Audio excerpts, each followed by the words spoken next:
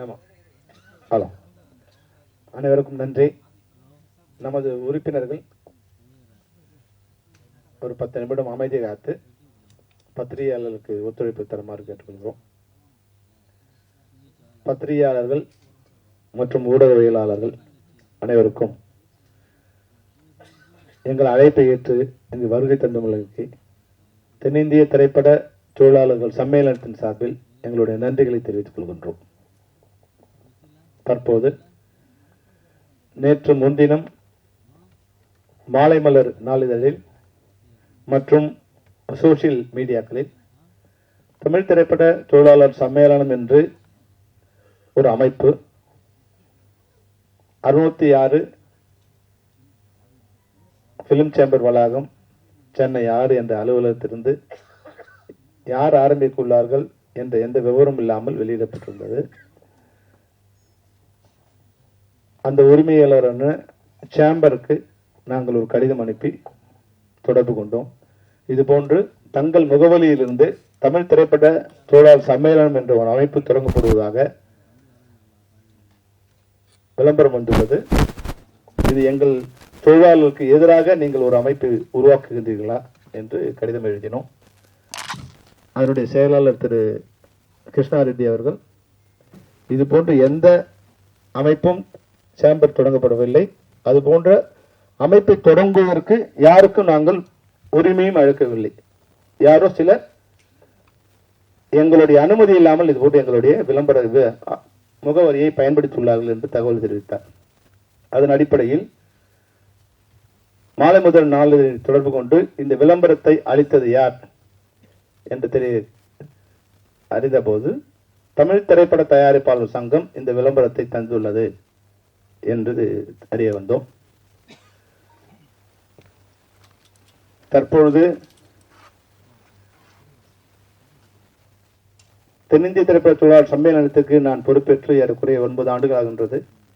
நான் பொறுப்பேற்ற போது பல்வேறு விதமான கருத்து வேறுபாடுகள், முரண்பாடுகள், சர்ச்சைகள் போன்ற பல்வேறு சிரமமான சூழ்நிலையில் நாங்கள் பொறுப்பேற்றுக் கொண்ட பிறகு தயாரிப்பாளர் சங்கத்திற்கும் பெப்சிக்கும் இடையான அனைத்து கருத்து வேறுபாடையும் கலைந்து தயாரிப்பாளர்களுக்கு என்னவெல்லாம் நன்மை செய்ய முடியுமோ, எங்களுக்கு சிறிது நஷ்டம் ஏற்பட்டால் கூட பரவாயில்லை, தயாரிப்பாளர் நன்றாக இருந்தால் நாங்கள் நன்றாக இருக்க முடியும் என்று எங்களுடைய தொழிலாளர்களை, தொழில்நுட்ப கலைஞர்களை பேசி ஒப்புதல் பெற்று தயாரிப்பாளர்களுக்கு தொழிலாளர் தரப்பிலிருந்து அளிக்கப்பட்ட பல்வேறு விதமான நன்மைகளை உறுதி செய்தோம், சம்பள குறைப்பு உட்பட. நன்றாக சுமூகமாக எங்களுடைய உறவு தொடர்ந்து வந்தது. அதற்கு பிறகு கடந்த 4 வருடங்களாக சிறு சிறு கருத்து மோதல்கள், அதனுடைய அடிப்படை தன்மையை தரமற்ற நிர்வாகம் அல்லது புரிதல் இல்லாத நிர்வாகம், அவர்களுக்கிடையான மோதலை எங்களை வைத்து காய் நகர்த்துகிறார்கள் என்று தெரிய வந்தது. ஒரு இண்டஸ்ட்ரி, ஒரு அமைப்பா இருந்தா ஒரு முடிவெடுக்க நல்லா இருக்கும். அதனால தயவு செய்து நீங்க தமிழ் திரைப்பட தயாரிப்பாளர் சங்கமும் நடப்பு தயாரிப்பாளர் சங்கமும் இணைந்து பணிபுரிய வேண்டும் என்று பெப்சியோட சார்பில் பல்வேறு முறை நாங்கள் வேண்டுகோள் விடுத்தோம்.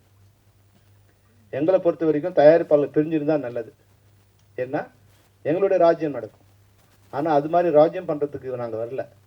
இந்த இண்டஸ்ட்ரி நல்லா இருந்தா நாங்க நல்லா இருப்போம்.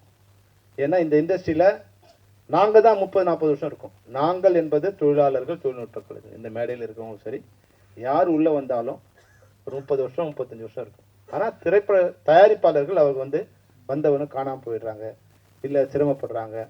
அப்போ அவங்க நல்லா இருந்தாங்கன்னா நம்ம இண்டஸ்ட்ரி நல்லா இருக்கும், நம்ம நல்லா இருப்போம். இதையெல்லாம் தொழிலாளர்களுக்கு சொல்லி அவர்களை ஒப்புவித்து அவருக்கு எல்லா நன்மையும் நம்ம செய்து வந்தோம். இப்போ இந்த அறிக்கை வருவதற்கு காரணம் என்ன? பேசிக்கா ஒரு 2 விஷயம் தான் இருக்கு. ஒண்ணு,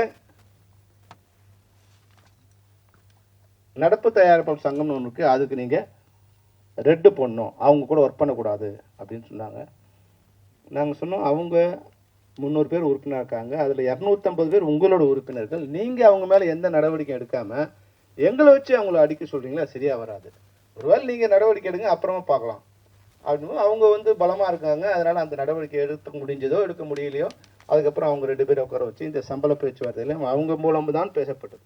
நடப்பு தயாரிப்பாளர் சங்கமும் தயாரிப்பாளர் சங்கம் இணைந்து தான் எங்களுடைய சம்பள பேச்சுவார்த்தைலாம் வந்து இதை நான் வற்புறுத்தினேன்னா இங்கே இருக்கிற உறுப்பினர்லாம் தெரியும். சம்பள பேச்சு அவங்க தயாரிப்பாளர்கள் வாழ்வாதாரத்தை தீர்மானிக்கின்ற இல்லை அவர்கள் பொருளாதாரத்தை தீர்மானிக்கின்ற சம்பள பேச்சுவார்த்தையில் எத்தனை நிர்வாகிகள் கலந்து கொண்டார்கள்? ஒரே ஒரு முறை கூட அனைத்து நிர்வாகிகளும் கலந்து கொண்டு ஒரு கூட்டத்தை நடத்தியதில்லை அவர்கள். ஒரு முறை கூட.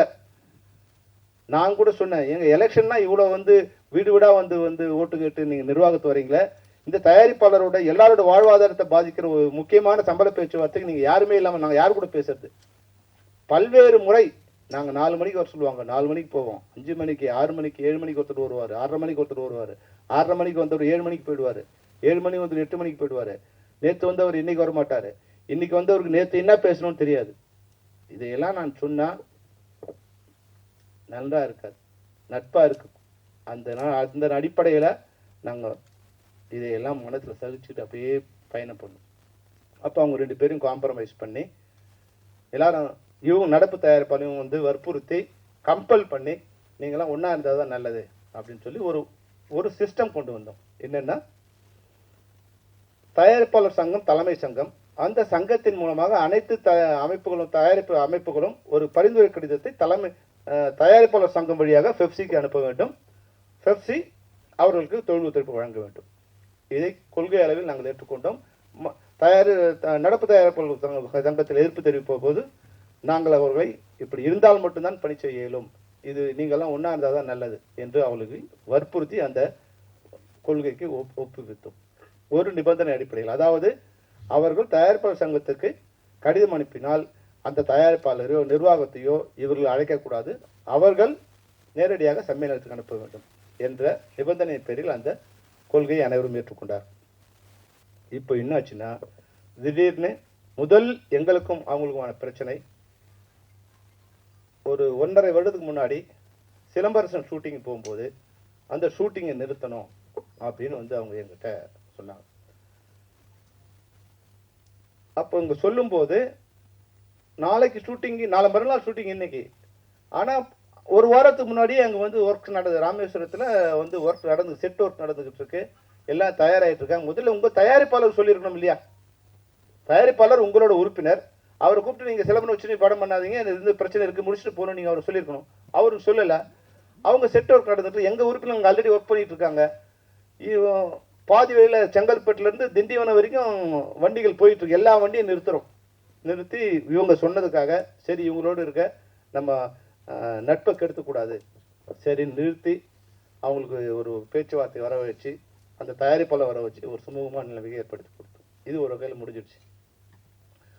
இனிமேலாவது அடுத்த சிலம்பரசன் படம் போகும்போது அவங்களுக்குள்ள பிரச்சனை பேசி முடிச்சிருக்கணும். அடுத்து மெட்ராஸ் டாக்கீஸ் ராஜ்கமல் படம் போகுது, அதே சிலம்பரசன் படம் ஷூட்டிங் போறாங்க, நீங்க நிறுத்துங்க. இப்போ நீங்க நல்லா யோசிச்சு பாருங்க, நாங்க அவ்வளவு வலிமையானவர்கள் இல்லை. யார மணிரத்னத்தை எடுத்து சண்டை போடணும், கமல் சாரை எடுத்து சண்டை போடணும், இதெல்லாம் நாங்க ஏன் சண்டை போடணும்? எங்களுக்கு அவங்களுக்கு எந்த பிரச்சனையும் இல்லையே. உங்களுக்கு பிரச்சனை, உங்க மெம்பர் தான் ராஜ்கமல், உங்களோட மெம்பர், மணிரத்னம் சார் உங்களோட மெம்பர், அவங்களை கூப்பிட்டு இது மாதிரி பிரச்சனை முடிச்சுட்டு போகணும் நீங்க சொல்லலாம்ல, ஏன் தும்ப விட்டுட்டு வாழை பிடிக்கிறீங்க? எங்களையே வந்து ஏன் நிறுத்த சொல்றீங்க? இருந்தாலும் அப்பவும் வற்புறுத்தல, நாங்க வந்து மெட்ராஸ் டாக்கீஸ்க்கு அவங்களுக்கு பேசி ஒரு காம்ப்ரமைஸ் வரது, இந்த ஷெட்யூல் வர வரைக்கும் வந்து வந்த ஒன்று பேசலாம்னு ஒரு பேசி ஒப்புதல் வாங்கி ஆரம்பிச்சோம். அதுக்கு மேலேயாவது அவங்க ஃபாலோ பண்ணும். எவ்ரி டைம் இதே பிரச்சனை. அடுத்து தனுஷ் படம் ஷூட்டிங் போறாங்க, தனுஷ் படத்தை நிறுத்தணுங்கிறாங்க.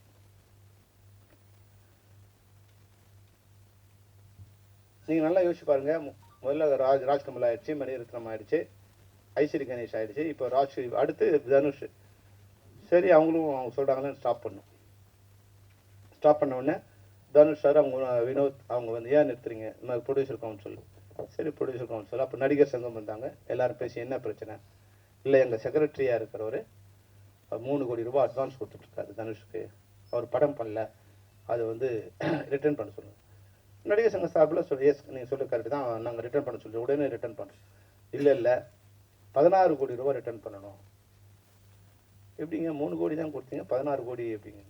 இல்லை நாங்கள் வந்து 36% வட்டி, அது அடுத்த வருஷம் வட்டிக்கு வட்டி ஆகிடும், அதுக்கு அடுத்த வருஷம் வட்டிக்கு வட்டி ஆகிடும், இப்படி கணக்கு போட்டு பார்த்தீங்கன்னா 16 கோடி வருது. நான் வட்டி கட்டிட்டு இருக்கேன் ஆல்ரெடி, அதனால 16 கோடி கொடுப்பேன்.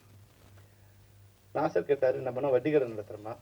நீங்க தயாரிப்பாளர், அட்வான்ஸ் கொடுத்தீங்க, அட்வான்ஸ் படம் பண்ணல.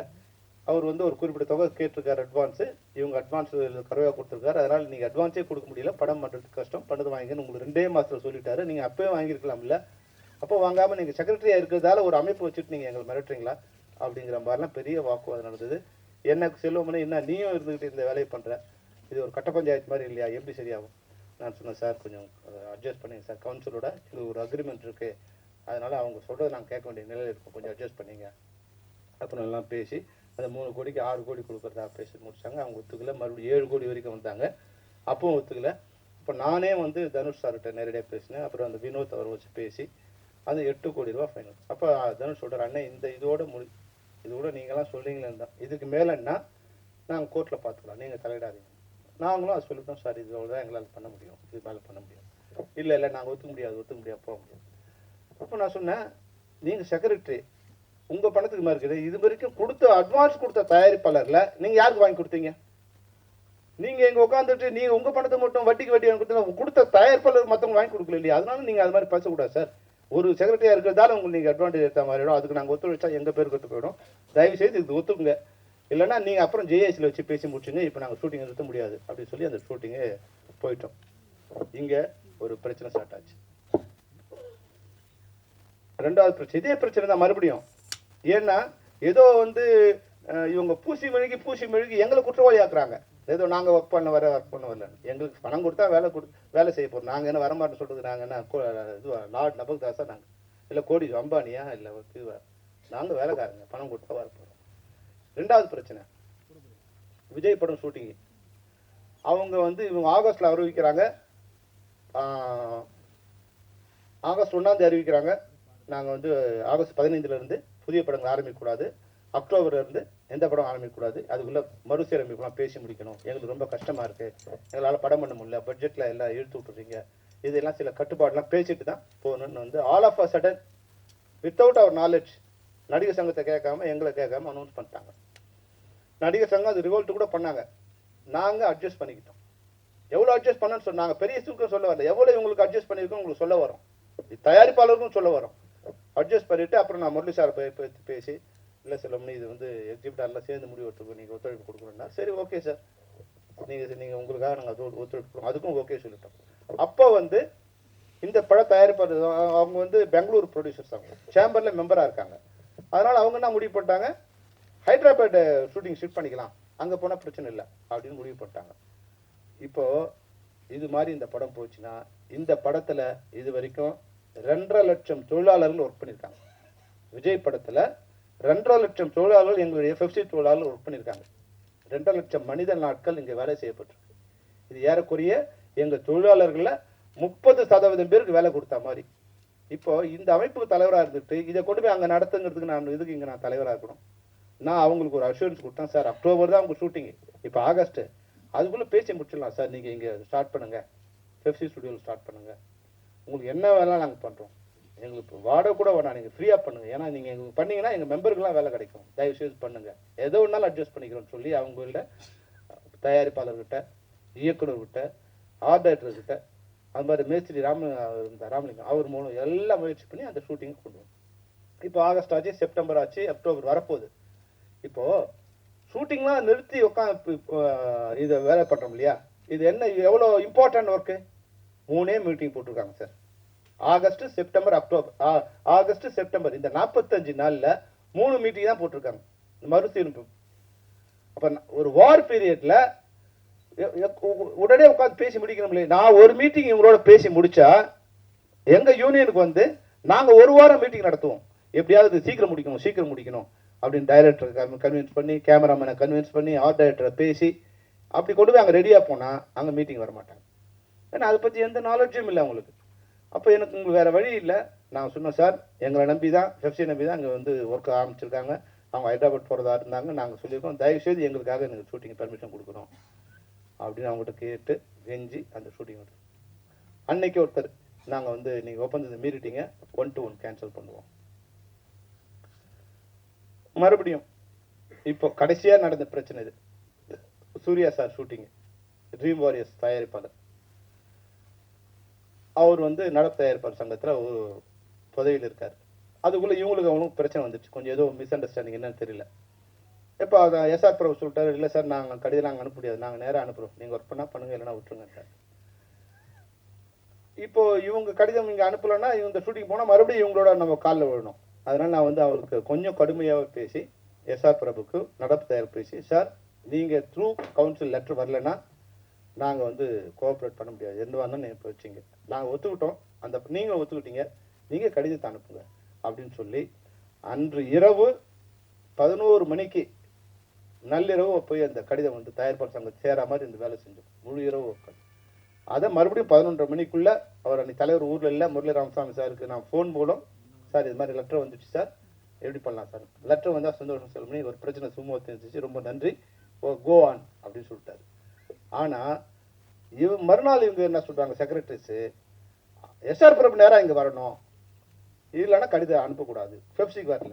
இப்போ நம்ம நிலைமை பாருங்கள், நாங்கள் சொல்லிட்டோம் லெட்டர் அனுப்பிச்சிட்டோம், நீங்கள் அனுப்பணுங்கிறது விதி, லெட்டர் அந்த தயாரிப்பில் அனுப்பிச்சு அனுப்பணுங்கிறது விதி, நீங்கள் அனுப்பலாம், நாங்கள் இனிமேல் அதை நாங்கள் ஃபாலோ பண்ண முடியாது, அதனால் உங்களோட இதுவாக பண்ண மாதிரி ஆகிடும் அப்படின்னு சொல்லிட்டு சூர்யா படத்துக்கு நாங்கள் தொழில் தடுப்பு வழங்கிட்டோம். அங்கே தான் அங்கே பிரச்சனை ஸ்டார்ட் ஆச்சு. நீங்கள் வந்து 1-to-1 கேன்சல் பண்ணுவோம், 1-to-1 கேன்சல் பண்ணுவோம். இப்போ ராதா பார்க்கில் ஒரு மீட்டிங் போடுறாங்க, அது அவங்களுக்குடைய கருத்து வேறுபாடு, தலைவருக்கும் செயலாளருக்கும் உள்ள ஒரு கருத்து வேறுபாடு, அதுக்கு ஒரு மீட்டிங் போடுறாங்க. அந்த மீட்டிங் எப்படி போட்டுக்கணும், நீங்கள் தலைவர் மேலே நம்பிக்கையில்லா தீர்மானம் கொண்டு வர போறேன்னு ஆட்களை சேர்க்குறீங்க, அப்போ அப்படியே போட வேண்டியது தானே. பெப்சி நமக்கு ஒப்பந்தத்தை கடைபிடிக்கல, அதை எதிர்த்து ஒரு மீட்டிங். அப்போ இந்தியா பாகிஸ்தான் மாதிரி, இப்போ இந்தியாவை திட்டினா பாகிஸ்தான் ஜெயிக்கலாம், பாகிஸ்தான் திட்டினா இந்தியாவை ஜெயிக்கலாங்கிற மாதிரி பெப்சி திட்டினா ப்ரொடியூசர் கவுன்சில் இது பண்ண முடியும். இப்போ அதுக்கு எங்களுக்கு எதிராக ஒரு மீட்டிங்கை ராதா பார்க்கில் போட்டு கண்ணா பண்ணான், பெப்சி இப்படி பண்ணிச்சு அப்படி பண்ணிச்சு, அவங்க நடப்பு தயாரிப்பாளர் அது பண்ணிச்சு இது பண்ணிச்சு, என்ன பண்ணோம் நடப்பு தயாரிப்பாளருக்கு, உங்களுக்கு பண்ணது அவங்களுக்கு பண்ணோம் அப்படின்னு. அப்போ நாங்கள் ஒரு கடிதம் அனுப்பிச்சோம், அதாவது இனிமேல் உங்களோட ஒப்பந்தத்தில் நாங்கள் கையெழுத்துக்குள்ள அனைத்து விதிகளையும் நாங்கள் பின்பற்றுவோம். 2 விதிகளை எங்களால் பின்பற்ற இயலாது. ஒன்று, நடப்பு தயாரிப்பாளர் அனைவருக்கும் எங்களுக்கு ஒத்துழைப்பு நிறுத்து என்றால் எங்களால் செய்ய இயலாது. யாராவது ஒருத்தர் 2 பேர் தப்பானாங்க அது சொல்லுங்க, அதுக்கு பண்ணலாம், எல்லாருக்கும் நிறுத்த முடியாது. 2வது, உங்கள் அமைப்பில் உறுப்பினராக இல்லாத வேறு அமைப்பில், அது நடிகர் சங்கமோ பெப்சியோ யாரா இருந்தாலும் அவர்களுக்கு நீங்க ரெட்டு பண்ணோம்னா அனைத்து சங்கங்களும் பேசி உட்காந்து முடிவு பண்ண போது தான் அதை முடிவு எடுக்கணும். நீங்க தன்னிச்சையா முடிவு எடுத்தா நாங்க ஒத்துழைக்க முடியாது அப்படின்னு நாங்க. இப்போ இதுதான் பிரச்சனை. இப்போ இது நீங்க பண்ணலன்னா நாங்க வந்து உங்க கேன்சல் அக்ரிமெண்ட் கேன்சல் பண்ணுவோம். இது ஒரு பயமுறுத்தல். அதுக்கான இப்போ வேலையை ஆரம்பிக்கிறது, அதுக்கு நாங்கள் தயார். இப்போதும் தமிழ் திரைப்பட தயாரிப்பாளர் சங்கத்துக்கும் சங்கத்தின் நிர்வாகிகளுக்கும் சங்கத்தில் உள்ள அனைத்து உறுப்பினர்களுக்கும் பெப்சியின் சார்பிலும் சம்மேளனத்தின் சார்பிலும் என்னுடைய சார்பிலும் நாங்கள் ஏதாவது தவறு செய்ததா இருந்தால் அந்த தவறை சுட்டி காட்டினால் திருத்திக் கொள்ள நான் தயார், நாங்கள் தயார், இப்போதும் நாங்கள் தயார். எந்த நிபந்தனையும் இல்லாமல் நாங்கள் தவறுது அந்த தவறை திருத்திக் கொள்ள நாங்கள் தயார். ஆனால் இந்த 2 விஷயங்களை அடிப்படையாக வைத்து நீங்கள் எங்களை மிரட்டவோ இல்லை பெப்சி அடியால் மாதிரி பயன்படுத்தணும், அவங்க ஷூட்டிங் நிறுத்து இவங்க ஷூட்டிங் நிறுத்து அப்படிங்கிறது இனிமேல் நாங்கள் பண்ண முடியாது. இதை தவிர அனைத்து ஒப்பந்தங்களும் நிறைவேற்ற நாங்கள் தயாராக இருக்கோம். உங்கள் தயாரிப்பாளர் சங்கத்தில் உறுப்பினராக உள்ள அனைவர்களுக்கும் நிர்வாகிகளுக்கும் நாங்கள் சொல்லிடுறோம், நாங்கள் எந்த பேச்சுவார்த்தைக்கும் தயார். ஆனால் எங்களை மிரட்டுறதுக்கு நீங்கள் வந்து எங்களை அழிப்பதற்கு நீங்கள் ஒரு படையை உருவாக்குறீங்கன்னா நீங்கள் அந்த அப்ளிகேஷனை 7ஆம் தேதி இஷ்யூ பண்ணீங்கன்னா 8ஆம் தேதியிலிருந்து தமிழ் திரைப்பட தயாரிப்பாளர் சங்க உறுப்பினரோடு நாங்கள் பணிபுரிய மாட்டோம். நாங்கள் பணிபுரிய மாட்டோம். 7ஆம் தேதி நீங்கள் அப்ளிகேஷன் கொடுத்தீங்கன்னா, இன்னைக்கு ஒரு வேலை சேம்பரில் சொல்லிட்டாங்க எங்கள் அட்ரஸ் யூஸ் பண்ணக்கூடாது சொன்னாங்க, நீங்கள் ஒரு வேளை அவங்கள கன்வின்ஸ் பண்ணி யூஸ் பண்ணீங்களோ இல்லை வெளியே கொடுக்குறீங்களோ உள்ளே கொடுக்குறீங்களோ, நீங்கள் ஒரு அப்ளிகேஷன் கொடுத்தாலும் 8ஆம் தேதியிலேருந்து production, post production, pre production எந்த வேலையும் நாங்கள் செய்ய மாட்டோம். நீங்கள் உங்கள் ஆளுங்களே வச்சு பண்ணீங்க, நாங்கள் தடுக்கவும் மாட்டோம். நீங்கள் தனியாக இப்போ டைரக்டர் கூப்பிட்டுக்கிறீங்க, கேமராமேனை கூப்பிட்டுக்கிறீங்க, கார் டைரக்டர் கூப்பிட்டுக்கிறீங்க, எல்லாம் கூப்பிட்டு நீங்கள் பண்ணீங்க, நாங்கள் எதுவும் நாங்கள் வரல, எங்களை விட்டுடுங்க. எங்களை யார் நம்பி வராங்களோ. ஆனால் தயாரிப்பாளர் சங்கம் தப்பாக எடுத்திருக்காங்க, எங்கள் படம் ஷூட்டிங்கில் இருக்குது, அப்படின்னு தயாரிப்பு அது சங்கத்தில் உறுப்பினராக இருக்கிறவங்க எங்களுக்கு ஒரு கடிதம் கொடுத்தா, இது போல் பெப்சி தொழிலாளர்களுக்கு நாங்கள் வேலை செய்கிறோம், எங்களுக்கு ஒத்துழைப்பு கொடுங்கள், நீங்கள் ஒரு கடிதம் கொடுத்தா நிச்சயமாக அவர்களுக்கு நாங்கள் பணிபுரிவோம். நாங்கள் அடமெண்ட்டாக நாங்கள் இருக்கணும், அவங்களுக்கும் நாங்கள் பணிபுரிவோம். எந்த தயாரிப்பாளருக்கும் எதிரானது அல்ல பெப்சி, எதிரானது அல்ல. நாங்கள் தயாரிப்பாளர் வாழ்ந்தாதான் நாங்கள் வாழ முடியுங்கிறது எங்களுக்கு நல்லா தெரியும். அதனால தயவு செய்து எங்களுடைய இந்த இறுதி கோரிக்கை, இதை மீறி ஏதாவது நடந்தால் நாங்கள் தமிழக அரசிடம் முறையிடுவோம். 25,000 தொழிலாளர் குடும்பங்கள், 1,00,000 பேர் இல்லை 1,50,000 பேர் நேரடியாக இந்த தொழிலை நம்பி வாழ்ந்து கொண்டிருக்கிறோம். ஏதோ ஒருத்தர் 2 பேர் அவங்களுடைய சுய காழ்ப்புணர்ச்சிக்காக அவங்க எங்களுடைய அடியால் வேலை செய்ய வைக்க நாங்கள் மறுத்ததால உங்கள் பலிகடை ஆக்கினாங்கன்னா நிச்சயமாக நாங்கள் அனைவரும் முறையிடுவோம். எங்களை தமிழக அரசும் அமைச்சர்களும் எங்களை காப்பாற்ற வேண்டும். நாங்கள் துணை முதல்வர் அவர்களையும் துணை முதல்வர்களையும் சந்திப்பதற்கு ஏற்கனவே நேரம் கேட்டு கடிதம் கொடுத்துள்ளோம். இந்த பட்ஜெட் செஷன் நடந்துள்ளதாக, அது முடிந்தவுடன் சந்திக்கலாம் என்று தெரிவித்துள்ளார்கள். முடிந்தவுடன் எங்களுடைய பிரச்சனையை நேரடியாக அரசிடம் முறையிடுவோம். இப்போதும் நான் தமிழ் திரைப்பட தயாரிப்பாளர் சங்கத்துக்கு சொல்லிக் கொள்வது, எங்கள் பக்கத்தில் என்னுடைய தவறு எந்த தவறு இருந்தாலும் அந்த தவறை திருத்திக் கொள்ள நாங்கள் தயாராக இருக்கின்றோம். எதற்கும் நாங்கள் தயார், சண்டைக்கும் நாங்கள் தயார், சமாதானத்துக்கும் நாங்கள் தயார். முடிவை நீங்கள் தான் சொல்ல வேண்டும். நன்றி, வணக்கம்.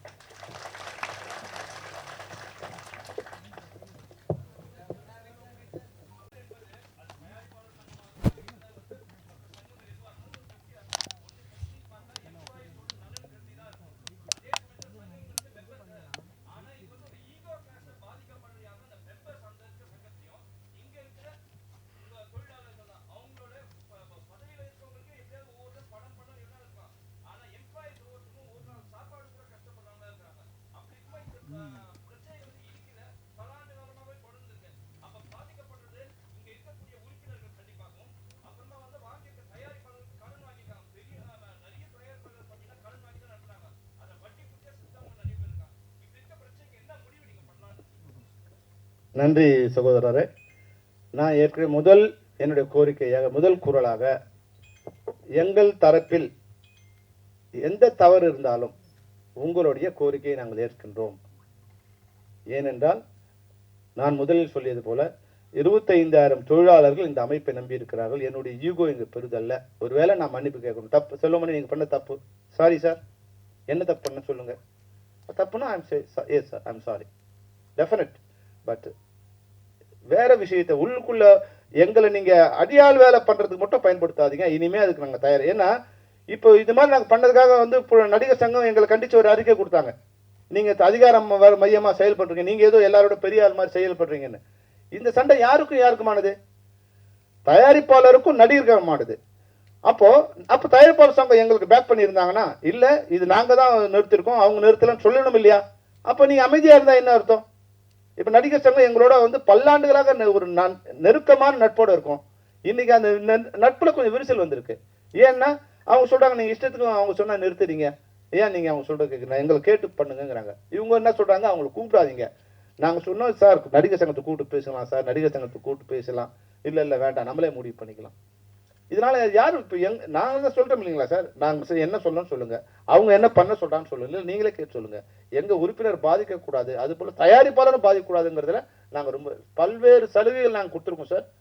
பல்வேறு சலுகைகள் 6 கோடிக்கு ஒரு படம் தயாரிப்பாளர் படம் பண்றாங்கன்னா என்னென்ன சலுகைலாம் அவங்களுக்கு கொடுத்துருக்கோம். அவங்க இந்த சலுகைலாம் இருக்குன்னு அவங்க மெம்பருக்கே அவங்க சொல்றது இல்லை. இன்னைக்கு 1.5 மாசம் ஆச்சு எங்களுக்கு இடம் வந்து கவர்மெண்ட் அலாட் பண்ணி. இந்த 30-40 நாட்கள்ல நாங்க 20 கூட்டம் நடத்தியிருக்கோம். நாங்க office bearers, EC meeting, general body, ஒரு சங்கத்திலும் இந்த உடனே எப்படி இந்த இது கட்டணும், ஏற்கனவே மிஸ் பண்ணிட்டோம், இப்போ மிஸ் பண்ணக்கூடாதுன்னு. அப்ப அது சின்ன சின்ன பிரச்சனை இருக்கு. உடனே அது இப்போ சொசைட்டி வந்து கவர்மெண்டோட கண்ட்ரோல் இருக்கு. அதனோட எக்ஸிக்யூட்டிவ் ஆஃபீஸரை மீட் பண்றோம், அடுத்து ரிஜிஸ்ட்ரார் டெப்டி ரிஜிஸ்ட்ராரை மீட் பண்றோம், அதுக்கப்புறமா வந்து ரிஜிஸ்ட்ராரை மீட் பண்றோம். அவர் வந்து இந்த விதியில இது போல பிரச்சனை இருக்கிறதால கொஞ்சம் வீடு கட்டுறதுல இந்த சிரமங்கள் இருக்குன்னு சொன்னாரு. உடனே வந்து நாங்கள் மினிஸ்டர் அன்னைக்கு முத்துசாமி சார் அன்னைக்கு மீட் பண்றோம். அவர் செக்ரட்டரி வர சொல்றாரு, இது எப்படி சரி பண்ணலாம். அப்போ வந்து இந்த மாதிரி நீங்க ஒரு வேண்டுகோள் கொடுங்க, நம்ம வந்து இந்த விதியை திருத்தி கொடுத்தா உங்களுக்கு சரியா இருக்கும். இதுக்கு 20 மீட்டிங் போட்டிருக்கோம். ஆனா நீங்க அந்த கவர்மெண்ட் ஆர்டரை கூட ஒன்றும் கையில வாங்கல தயாரிப்பாளர் சங்கம். இதுதான் நீங்க உங்க உறுப்பினர் பண்ற நன்மை.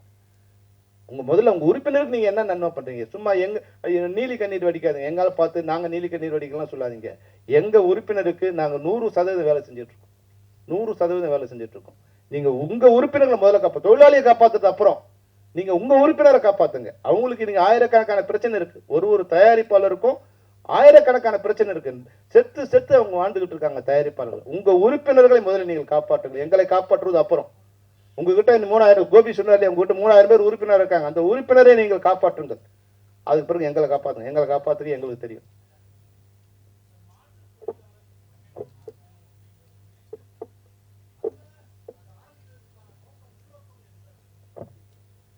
சார், இங்க மாற்றுத் தொழிலாளி ஒர்க் பண்ணக்கூடாதுன்னு சொன்னா நீங்க ஒரு சங்கம் ஆரம்பிக்கலாம். நான் ஒரு சங்கம் ஆரம்பிக்கணும், அதுக்கு நான் தலைவர் ஆகணும்னு வச்சவங்களாம் சங்கம் வச்சு நாங்கள் என்ன பண்ண முடியும்? இங்கே மாற்றுத்திறனாளி சில பேரால் சில வேலை பண்ண முடியும். ஒரு மாற்றுத்திறனாளி அவரால் லைட் தூக்க முடியாது, அவர் லைட் பண்ண சேர்க்க முடியாது, அவர் டைரக்ட் பண்ண முடியும். அப்போ எந்த தொழிலை அவரால் பண்ண முடியுமோ அந்த தொழில் அவர் உறுப்பினராக சேர்த்து எந்த தடையும் இல்லை. மாற்றுத்திறனாளி என்பதால் அவருக்கு இங்கே வந்து உறுப்பினராக சேர்வதற்கு எந்த தடையும் இல்லை. அப்போ எந்த தடையும் இல்லாத போது நீங்க எதுக்கு ஒரு சங்கம் ஆரம்பிக்கணும்? நீங்க தலைவர் ஆகிறதுக்கா?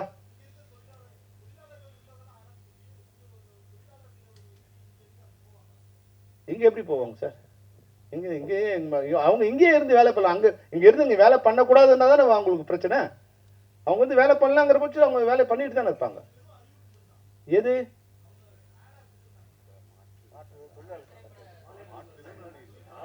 மாற்றுத்திறனாளி இல்லையே, மாற்று தொழிலாளர்கள். அது மன்னிக்கணும், மாற்று தொழிலாளர்கள். இங்க ஏற்கனவே தொழிலாளர் இருக்காங்க. இருக்கிற 25,000 பேருக்கு வேலை இல்லை. 25,000 பேர்ல நாங்க 15,000 பேர் தான் எனக்கு வேலை கிடைக்கும் ஒரு நாளைக்கு. அடுத்த நாள் இன்னொரு 15,000 பேர் ஒர்க் பண்ணணும். ரவுண்ட் த கிளாக் 25,000 பேர் ஒர்க் பண்ண முடியாது.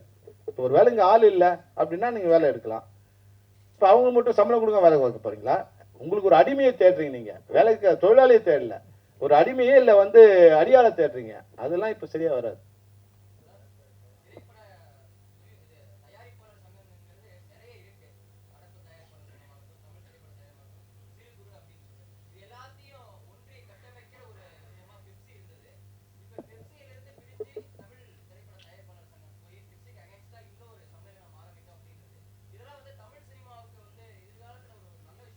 நிகழ்காலத்திலே நல்லது இல்லை சார். எதிர்காலத்தில் என்ன? நிகழ்காலத்திலே அது மோசமான செயல். இப்போ அவங்க தான் அந்த 7ஆ பிரிஞ்சு சீரழிகிறாங்க. எங்களையே பிரிக்கணும். தயாரிப்பாளர் ஒரே சங்கமா இருந்தா அதன் வலிமை என்னவா இருக்கும்? நிச்சயமாக அந்த அவங்களோட குரலுக்கு ஒரு சேயிங் இருக்கும். ஏன் இப்போ அவங்க வந்து இதுவா இருக்காங்க? நடப்பு தயாரிப்பாளர் மட்டும் இல்ல, சேம்பர், கவுன்சில், நடப்பு தயாரிப்பாளர், கில்டு, சிறு தயாரிப்பாளர், டிஜிட்டல் தயாரிப்பாளர், அனைத்து தயாரிப்பாளர் சங்கம், 7 சங்கம் இருக்கு. இப்ப நீங்க எல்லாரும் ஒன்னா இருந்தீங்கன்னா உங்களுக்கு பிரச்சனையே இல்லை. நீங்க நினைச்ச சாதிக்க முடியும். அதுக்கு அந்த அவர்களை ஒன்றிணைக்கிற முயற்சியில் நீங்க ஈடுபடாம ஒன்னா இருக்கிற பெரிய எங்களை வைக்கணும் ஏன் நீங்க நினைக்கிறீங்க? இப்போ இன்னொரு ஆபத்து இருக்கு, அவங்களுக்கு தெரியாது. நாங்க கட்டுக்கோப்பா இருக்கிறதால எங்களை ஒரு உறுப்பினர் தப்பு பண்ண முடியாது. இன்னைக்கு எந்த உறுப்பினரும் தப்பு பண்ண முடியாது. உடனே அந்த சங்கம் சம்மேளனம் அழைச்சு அவங்க வந்து அதுக்குண்டான நீதியை நாங்கள் கொடுத்துருவோம்.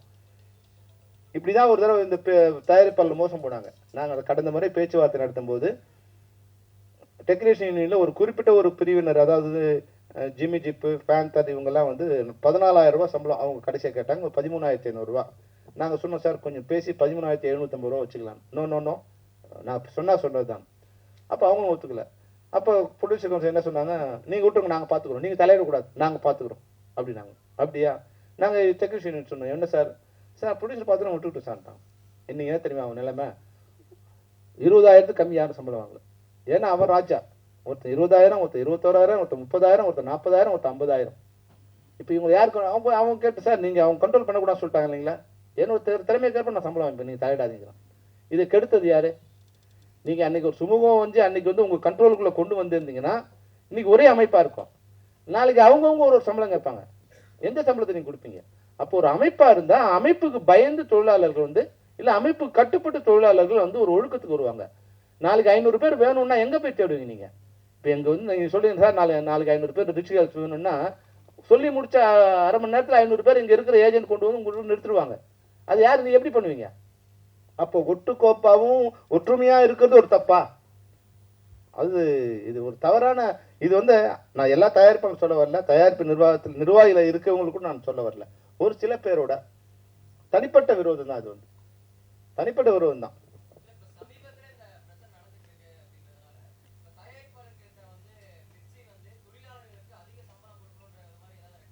இப்போ ரெக்குயர்மெண்ட் வருது, இப்ப ரெக்குயர்மெண்ட் வரப்போகுது. இப்ப இந்த மார்ச் 31 முடியுது, நீங்க வந்து 1ஆம் தேதி சம்பள பேச்சுவார்த்தை நடத்தணும்னு சொல்லும்போது இந்த பிரச்சனை.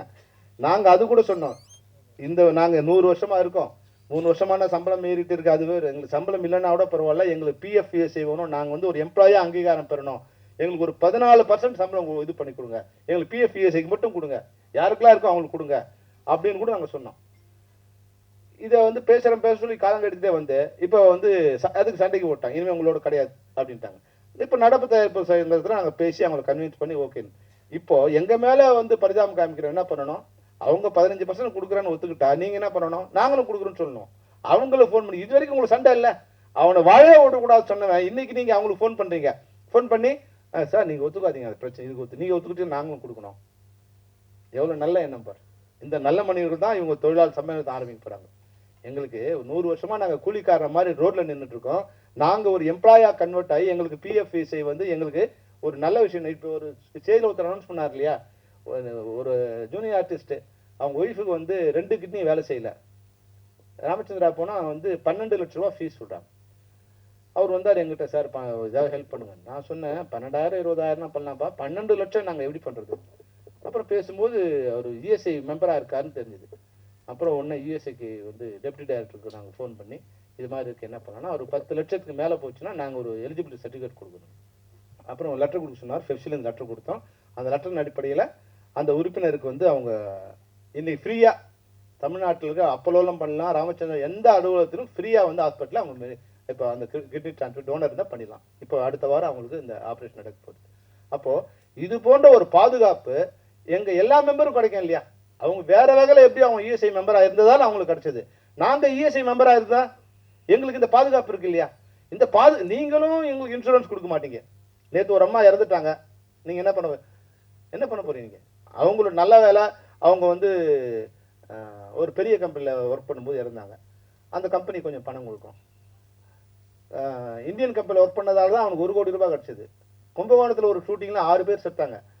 அந்த பாடியை கொண்டு வரது கூட ஆம்புலன்ஸ் பணம் கொடுக்கக்கூடிய நிலையில தயாரிப்பாளர் இல்லை. அவங்களை யார் காப்பாத்துறது, யார் காப்பாத்து. அவங்களை வந்து அந்தந்த யூனியன் பணம் செலவு பண்ணி ஆம்புலன்ஸ் வச்சு கொண்டு வந்து பாடியை வந்து ஆம்புலன்ஸ் வச்சு கொண்டு வந்தாங்க. அடிப்பட்டவங்களை கொண்டு எஸ்ஆர்எம்லாம், அன்றைக்கி எஸ்ஆர்எம்க்கு எங்களுக்கு ஒரு அண்டர்ஸ்டாண்டிங் இருந்தது, கொண்டு வந்து ஃப்ரீயாக நாங்கள் மெடிசன் அவங்களுக்கு ஹெல்ப் பண்ணோம். இப்போ இது மாதிரி எங்கே போய் நாங்கள் நிற்கிறது. அப்போ அரசாங்கமே எங்களுக்கு அந்த உதவியை இலவசமாக பண்ண வரும்போது நீ அந்த உதவி கூட பண்ண விடாம நீங்க தடுத்தீங்கன்னா உங்க நல்ல எண்ணம் என்ன. இவ்வளவு நாள் அவங்க கிட்ட வேலை செஞ்சிருக்கோம், உங்க எண்ணம் தான் என்ன. அதிகாரம் பண்ணணும், நாங்க சங்கத்தில் இருக்கோம், என் கீழே எல்லாரும் இருக்கணும். இதுக்காக வந்து இதுக்கு வந்து நம்ம படம் ப்ரொடியூஸ் பண்ண வந்தோமா, அதிகாரம் பண்ண வந்தோமா.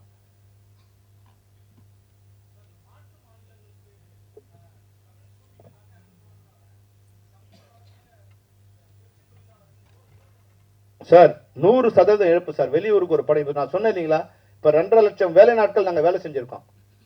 இப்போ விஜய் படம் இங்க நடந்ததால இந்த படம் அங்க போயிருந்தா ஒரு 5000 பேர் கூட வேலை செஞ்சிருக்க மாட்டாங்க. டைரக்டர், கேமராமேனு, ஆர்ட் டைரக்டர், இது மாதிரி ஆட்கள் தான் போயிருப்பாங்க. அப்போ எவ்வளவு பேர், அப்போ 2,45,000 வேலை நாட்கள் நாங்க வேலை பண்ணிருக்கோம். அப்ப எல்லா நட்சத்திரங்களும் எல்லா ஹீரோஸும் முதல்ல உணரணும், தமிழ்நாட்டில் வாழ்ற நீங்க தமிழ்நாட்டு தொழிலாளருக்கு துரோகம் பண்ணாதீங்க. நாங்க உங்களுக்கு கெஞ்சி கெஞ்சி கெஞ்சி பார்த்து காலில் என்னதான் பண்ண சொல்றீங்க. ஹைதராபாத்ல போய் ஷூட் பண்ணதால உங்களுக்கு என்ன வருது. ஈவிபில போய் நீங்க உட்காந்துட்டு நீங்க ஒரு ராஜா, உங்க ஒரு ராஜ்யத்தை வச்சுக்கிட்டு அங்க போய் ஒரு தமிழ்நாட்டு கிராமத்தை செட்டு போடுறீங்க. என்ன இனிமே வந்து எங்க வாழ்வாதாரத்தை பாதிக்கிற மாதிரி எந்த நடிகரும் ஈடுபடாதீங்க, எந்த தயாரிப்பாளர் கூட ஒரு வேண்டுகோள் வைக்கிறேன். நீங்க அங்க போய் ஷூட் பண்றதால அவங்களுக்கு ரூம் கொடுத்து அவங்களுக்கு டிக்கெட் கொடுத்து அவ்வளவு செலவு பண்றீங்க, அதனால என்ன லாபம் உங்களுக்கு. நான் இப்ப காஷ்மீர்ல வெள்ள பனிமலை இருக்கு, அதை இங்க செட்டு போடுறது நாங்க சொல்லல, அது மாதிரி இருந்து அங்க போய் பண்ணுங்க. நீங்க ஹைதராபாத்ல போயிட்டு நம்ம ஊருக்கு கிராமத்தை அங்க போய் செட்டு போறீங்கன்னா என்ன அர்த்தம். கிராமமே நம்ம கிட்ட இருக்கு, அரசு இடம் கொடுத்துருக்கு, அங்க போய் செட்டை போடுங்க. இங்க நம்ம ஆட்கள் வேலை செய்வாங்க, நம்ம ஆட்கள் பிழைப்பாங்க. காஸ்ட் அதிகமாகுது சார், காஸ்ட் அதிகமாகுது. தயாரிப்பாளர்கள் கண்ட்ரோல்ல இருந்திருந்தாங்கன்னு நல்லா இருந்திருக்கும் சார் சினிமா. நீங்க தான் சொல்லணும். சார் நான் நஷ்டப்பட்டா கூட அங்க போறேன்னா அது யார் கண்ட்ரோல்? என்ன எப்படி டைரக்டரா இல்ல ஹீரோவா இல்ல கேமராமேனா இல்ல வந்து அதுல நடிக்கிற ஜூனியர் ஆர்டிஸ்ட் சொல்றாங்களா, ஜூனியர் சார் நாங்க வந்து ஷூட்டிங் வரும்னு சொன்னாங்களா? அது யார் கண்ட்ரோல் பண்ண நீங்க தான் சொல்லுங்க. நாங்க எப்படி சொல்ல முடியும் சார்? அரசு எப்படி சார் சொந்த மாநிலத்தில் உள்ள தொழிலாளர்களுக்கு விரோதமா எந்த அரசாவது செயல்படுமா சார்? அதுல அரசு சும்மா இவங்க தான் சொல்லிக்கலாம். அரசுக்கு எந்த விதமான அரசு வந்து இன்னொரு இன்ஸ்ட்ரக்ஷன் கொடுக்கணும். நம்ம ஊர்ல ஷூட் பண்ணணும்னு சொல்லணும் அவங்கள. நான் அரசாங்கத்துக்கு இப்ப கேள்வி நாங்க வந்து நிச்சயமா கோரிக்கை வைப்போம். தமிழ்நாட்டு படங்கள் unless otherwise it is necessary. இப்போ வைசாக் பீச் வேணும் போங்க, கோல்கொண்டா ஃபோர்ட் வேணும் ஹைதராபாத் போங்க, காஷ்மீர்ல பனிமலை வேணும் நீங்க காஷ்மீர் போங்க. நீங்க தேனியை போய் அங்க போய் செட்டு போடாதீங்க. இங்க இரு ஐயனார் சாமியை போய் அங்க போய் செட்டு போடாதீங்க. அங்க 2000 பேர் வச்சுட்டு இருக்கும்போது இங்க படம் பாக்குறோம் வயிறு எப்படி எரியும்? இங்கதான் படம் பாக்குறான், அங்கேயே பாக்குறான். அந்த தொழிலாளிங்க பார்த்தானா அவன் வயிறு எரியாது? நம்மள வந்து பட்டினி போட்டுட்டு இவங்கலாம் இப்படி பண்றாங்களேன்னு அவங்க கவலைப்பட மாட்டான்? அந்த சாபம் உங்களை பாதிக்காது?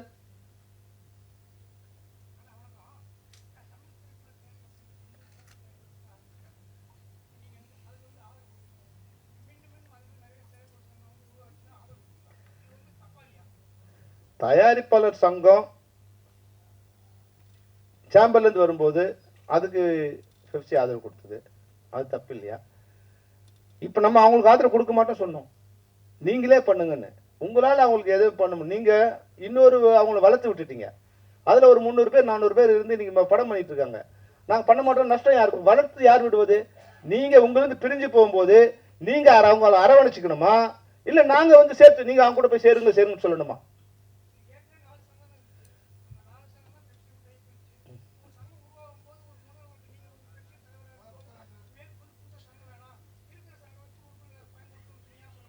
ஏன் சார் அது இது என் வேலையா?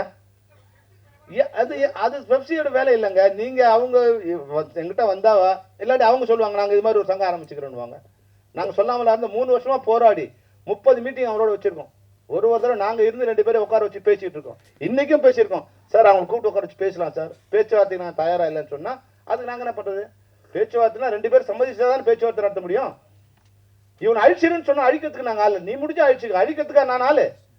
உன்னோட அடியால எங்களை பயன்படுத்தாததான் மீண்டும் மீண்டும் நான் சொல்ல வருது. உங்களோட அடியால எங்களை பயன்படுத்தாதீங்க.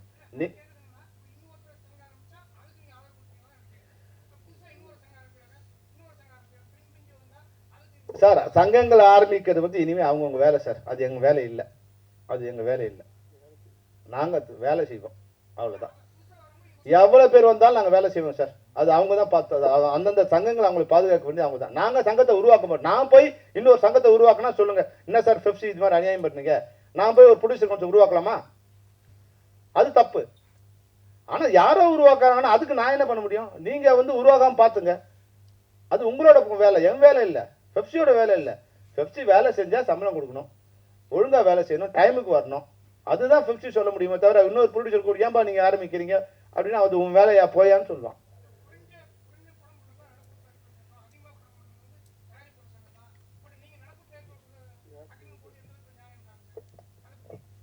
ஒரு நான் டீட்டெயில் கொடுக்குறேன் யார் யார் எங்க பண்ண அது நாங்க அந்த இப்ப இதே கோரிக்கையை இன்னொருத்தர் வச்சாங்கன்னா ஒத்துக்க முடியாது. ஏன்னா அவங்க ஒரு படம் 2 படம் பண்றவங்களா இருப்பாங்க.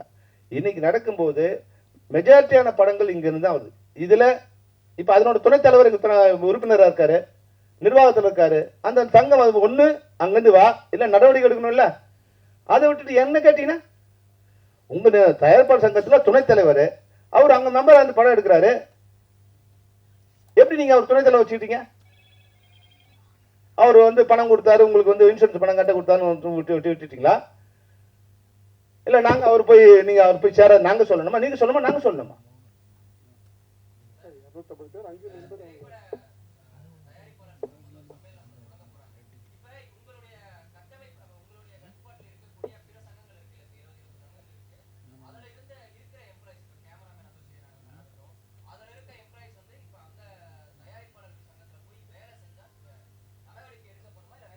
சார் நீங்க அத்தைக்கு மீசி மேல வச்சா எப்படி கூப்பிடலான்னு கேக்குறீங்க. எங்க ஒரு உறுப்பினர் போக மாட்டோம், நீங்க அந்த கவலையப்படாதீங்க. ஒரு உறுப்பினர் போக மாட்டோம். நான் உடனே இந்த முடிவு எடுத்துருவேனா?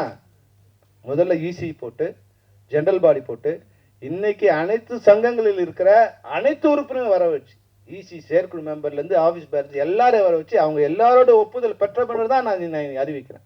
ஒரே ஒரு மெம்பர் கூட போக மாட்டேன். அந்த பயம் எங்களுக்கு இல்லை. அவங்க ஆரம்பிச்சிருவாங்க வளர்ந்துருவாங்கலாம் இல்லை. தேவையில்லாம ஒரு மனப்பூசல். நாளைக்கு இப்ப இவ்வளவு பேச வேண்டிய அவசியம் வந்துருச்சு பாருங்க. எனக்கு நாளைக்கு எங்களோட நட்பா இருந்தவர் இன்னும் நிறைய விஷயம் இருக்கு. இன்னைக்கு நீங்க தரம் தாழ்ந்த ஒரு லெட்டர் எங்களை விமர்சிக்கிறீங்க, அது மொட்டை கடுதாசி போடுறீங்க, வாழை வச்சு வேலை பண்றீங்க. இது வரைக்கும் உங்களுக்குள்ள திட்டிட்டு இருந்தீங்க. இன்னைக்கு அவங்க அங்க ஆளை வச்சுட்டு என்னை பத்தி திட்டி நான் இது பண்றேன்னு நான் ஏற்கனவே சொல்லிட்டேன். இந்த சங்கத்துக்கு நான் வரும்போது என்னை எதிர்த்து நின்னவர் 33 ஓட்டு வாங்கினாரு, நான் 36 ஓட்டு வாங்கினேன். அடுத்த முறை நான் 49 ஓட்டு வாங்கினேன், அவர் 16 ஓட்டு வாங்கினாரு. அடுத்த முறை இருக்கும்போது எங்களை எதிர்த்து ஆளே இல்லை. ஒரு 100 ரூபா தான் நாங்கள் செலவு பண்ணி அப்ளிகேஷன் வாங்குவோம். அப்போ என்னுடைய செயல்பாடு சரியா இருக்கிறதால நான் இங்க பணம் கொடுத்து இல்லை வேற மாதிரி உதவிகள் கொடுத்து ஓட்டு வாங்க வேண்டிய அவசியம் இல்லை. இந்த உறுப்பினர் நான் தேவைப்படுற வரைக்கும் நான் இங்கே இருந்துட்டே இருப்பேன். அதனால இதுல அதிகாரத்துக்கான போட்டி எங்ககிட்ட இல்லை. நாங்க இதுல இருக்கோம். என்னுடைய ஓய்வு நேரத்தை என்னோட உறுப்பினர் செலவு பண்ணுது. திரைப்படத்துறைக்கு தான் என்னோட முதல் ப்ரெஃபரன்ஸ். அதுல ப்ரொடியூசரா இருக்கட்டும், எக்ஸிபிட்டர் யாரா இருக்கட்டும், அந்த இண்டஸ்ட்ரியில நான் ஒரு பார்ட்னர். அந்த பார்ட் நல்லா இருக்கும்னு நான் நினைக்கிறேன். எல்லாருக்குமே நான் உதவி நான் பண்றேன். ஆனா நீங்க எதுவுமே நீங்க ஒற்றுமையா இல்லாம எங்க மேல குறை சொல்றதுல அர்த்தம் இல்லை. இது மாதிரி எங்களை பேச வைக்கிறத நீங்க இவ்வளவு நாள் 3 மாசம் என்னென்னவோ தரக்குறைய விமர்சனம் பண்ணாங்க. ஆனா இன்னைக்கு விமர்சனம் பண்ணனா தனிப்பட்ட முறையில சுயலாபம் அடைவதாகவோ இல்ல இவங்க தொழிலாளர்கள் மேல அக்கறை கொள்றதாவோ, அங்க இருக்கிற தொழிலாளரை காப்பாற்ற தான் நாங்க படையெடுக்க வரோம். நாங்க இது ஆரம்பிக்கிறோம். தொழிலாளியை காப்பாற்ற ஒழுங்கா சம்பளம் கொடுத்துருவோம் சார், வேற ஒன்றும் பண்ண வேண்டாம். நீங்க அதெல்லாம் சொன்னா தனிப்பட்ட இதுவாயிடும். நீங்க நிர்வாகத்துல இருந்து சைன் பண்ணவங்கலாம் என்ன சம்பளம் கொடுத்தீங்க, எவ்வளவு கொடுக்கணும், எவ்வளவு செக் கொடுத்தீங்க, இது எங்கிட்ட எப்படி இருக்கு, இதெல்லாம் நாங்க சொன்னா தனிப்பட்ட விரோதமாயிடும், தனிப்பட்ட தாக்குதலாயிடும். அது ஒரு நாகரிகமா இருக்காது. அதையும் பொறுத்துக்கிட்டு தான் நாங்க இவ்வளவு நாள் ஒர்க் பண்ணிட்டு இருக்கோம்.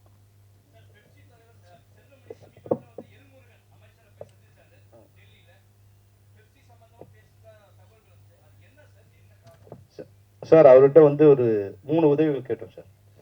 இப்போ வீடு கட்டுற திட்டம் இருக்கு. வீடு கட்டுற திட்டத்துக்கு எங்ககிட்ட வீடு இல்லாத உறுப்பினர்கள் ஒரு 4500 பேர் இருக்காங்க.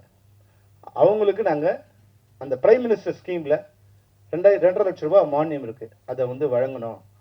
அது அந்த வாங்குறது ரொம்ப கஷ்டமா இருக்கு. அதுக்கு ஏதாவது தனிப்பட்ட இதுல ஒரு அதிகாரி எங்களுக்கு செலக்ட் பண்ணி இன்ட்ரோடியூஸ் பண்ணி கொடுத்து எங்களுக்கு மொத்தமா ஒரு சிஸ்டம் மாதிரி கொடுக்கணும்னு கேட்டோம். அது ஹவுசிங் இதுல அந்த பிரைம் மினிஸ்டர் ஆஃபீஸ்ல லிங்க் பண்ணி கொடுத்துருக்காங்க. அடுத்த வாரம் வர சொல்லியிருக்காங்க. அப்புறம் இன்னொன்று இப்போ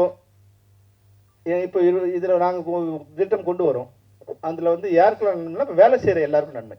வேலை செஞ்சா சம்பளம் வரும், வேலை செஞ்சா அவங்களுக்கு பென்ஷன் வரும், வேலை செஞ்சா இஎஸ்ஐ கிடைக்கும், பிஎஃப் இருக்கு. இப்ப 30 வருஷமா இருந்து இப்ப வேலை இல்லாம ஒரு 6000 பேர் இருக்காங்க.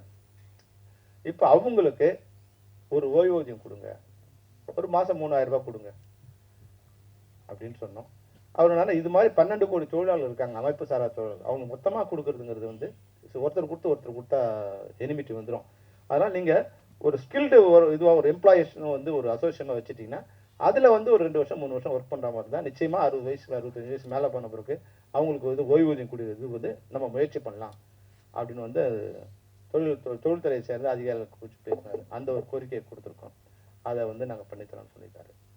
அப்புறம் ஸ்கில் டெவலப்மெண்ட்ல இப்போ என்னன்னா எங்க ஸ்கில் தான் டெவலப், வெளியில இருக்கவங்கலாம் ஸ்கில் டெவலப் பண்றதுக்கு நிறைய அதாவது 1 லட்சம் ரூபாய் கொடுக்குறாங்க ஒரு ஸ்கில் டெவலப் பண்றதுக்கு.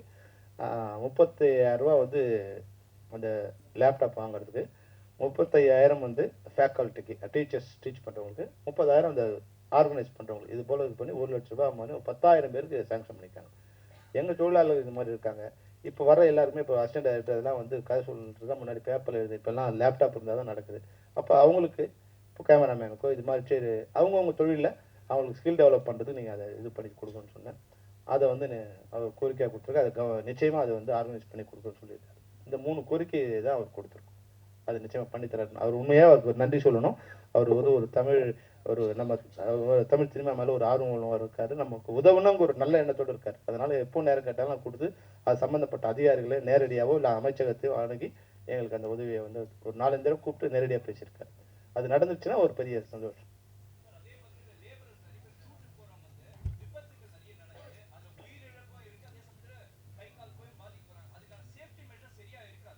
இப்போ சார் அது நாங்கள் முயற்சி பண்ணிகிட்டே இருக்கோம் சார்.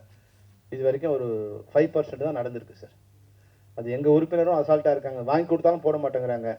அது வந்து அவங்களுக்கு ஒரு எக்ஸ்ட்ரா பர்டனாக இருக்குது. ஒரு க்ளவுஸ் போட்டு எலக்ட்ரிஷியன் ஒர்க் பண்ணுன்னா அவன் க்ளவுஸ் சார் இது வந்து கன்வீனியண்ட்டாக இல்லைங்கிறாரு. அவர் கேப் போட்டு வந்து லைட்டு உள்ளே போங்கன்னா அது கேப் வேர்வை வடிதே உள்ளே போட முடியல. இப்போ எங்கள் மெம்பர் மேலே கொஞ்சம் இது தவறு இருக்குது. அது வந்து ஒரு 20%. ஆனால் 80% வந்து அந்த ஸ்டுடியோஸ் அதுக்கு உண்டான வசதி இல்லாமல் இருக்குது. நாங்கள் அவங்களுக்கு தொடர்ந்து கொடுத்துட்டே இருக்கோம். இப்போ அவங்களோட சண்டை, எல்லாரோடும் சண்டையாக இருக்குது. எங்களுக்கு உரிமையை கேட்டாவே சண்டையாக இருக்குது. நிச்சயமாக பாதுகாப்பற்ற சூழ்நிலை தான் நாங்கள் ஒர்க் பண்ணுறோம். கரணம் தப்புனா மரணம் இருக்குது பாருங்கள். அது மாதிரி ஸ்டண்ட் மேனு மட்டும் நாங்கள் இங்கே மரணம் இல்லை, லைட் மேனு கூட டெய்லி மரணத்தை நோக்கி தான் போயிட்டுருக்கான். மேலே ஏறினானா எந்த கோடா எப்போ இறங்கும்னு தெரியாது, எப்போ அது ஆடுன்னு தெரியாது. அந்த எந்த கோடாவுமே கொடுத்துட்டே இருக்கும் சார், கொடுத்துட்டே இருக்கும். எந்த கோடாவுமே விதிப்படி இல்லை சார். நாங்கள் வந்து சொல்லிட்டோம், நாங்கள் லேபர் இதில் வந்து கம்ப்ளைண்ட் பண்ணால் ஸ்டுடியோ மூடிடுவாங்க. இன்னொரு பயம்னா இங்கேயே ஸ்டுடியோ இல்லை, ஸ்டுடியோ மூடினா இருக்கிறவங்க வந்து இன்னும் வெளியூர் போயிடுவானேன்னு அந்த பயம் வேறு இருக்குது. இது மாதிரி நாங்கள் வந்து ஒரு நெருப்பாற்றல் தான் நாங்கள் நீந்திக்கிட்டு இருக்கோம்.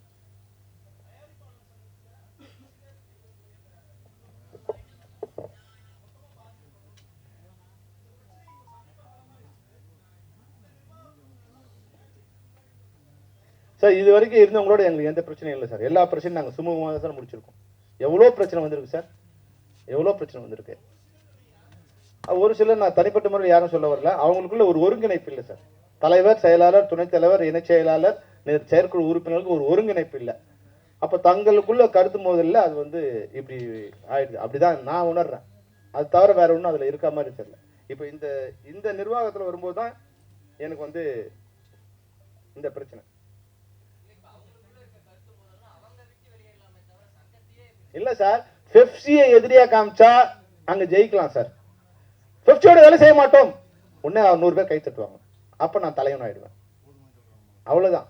அதை தவிர வேற எதுவும் கிடையாது. எங்களை எதிர்ப்பதால அங்க கொஞ்சம் பேர்ல கொஞ்சம் நிறைய பேருக்கு வந்து அது ஒரு இது இருக்கும், ஒரு உணர்ச்சி கிளம்பும்.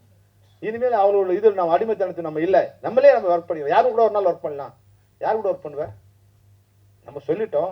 நீ சொல்லி 3 மாசம் ஆச்சு, 3 மாசம் கடிதம் அனுப்பிச்சிட்டு இருக்கீங்க. இதே செயலாளர் கையெழுத்து போட்டு எனக்கு உறுப்பினருக்கு நீங்க சிறு பட்ஜெட்டுக்கு நீங்க இது அலாட் பண்ணுங்கன்னு கையெழுத்து போட்டு போன வாரம் கூட அனுப்புறீங்க.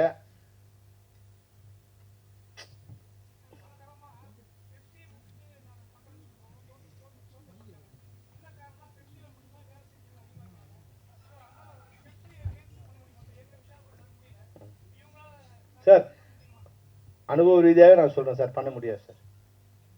அது வந்து ஒரு சாதாரண விஷயம் இல்லை சார். இவங்க ஒரு ஸ்டெடிகேம் ஆபரேட்டர் உருவாக்குறேன்னு சொல்லி 3 வருஷம் 2.5 வருஷம் ஆச்சு. ஒரே ஒரு ஆளை கூட உருவாக்கல, அதுக்கான முயற்சி கூட செய்ய முடியும். அதனால சொல்வது வேறு, அது செய்யறதுங்கிறது வந்து எவ்வளவு சிரமம்னு எனக்கு தெரியும், எவ்வளவு சிரமம்னு எனக்கு தெரியும். அதனால இதெல்லாம் வந்து சாதாரண விஷயம் இல்லை. ஏதோ கோவத்துல பேசலாம் இல்லை. அது ஒரு விஷயம் சார், ஒரு குடம் பால்ல ஒரு சொட்டு தான் விஷம், மொத்தமா கெட்டு போயிடும். அது மாதிரி கெடுக்கிறது ரொம்ப ஈஸி, உருவாக்குறது கஷ்டம். இது மாதிரி வந்து நாங்க பண்றோம்னு சொல்லி கெடுக்கிறது ஈஸி. நன்றி நன்றி நன்றி.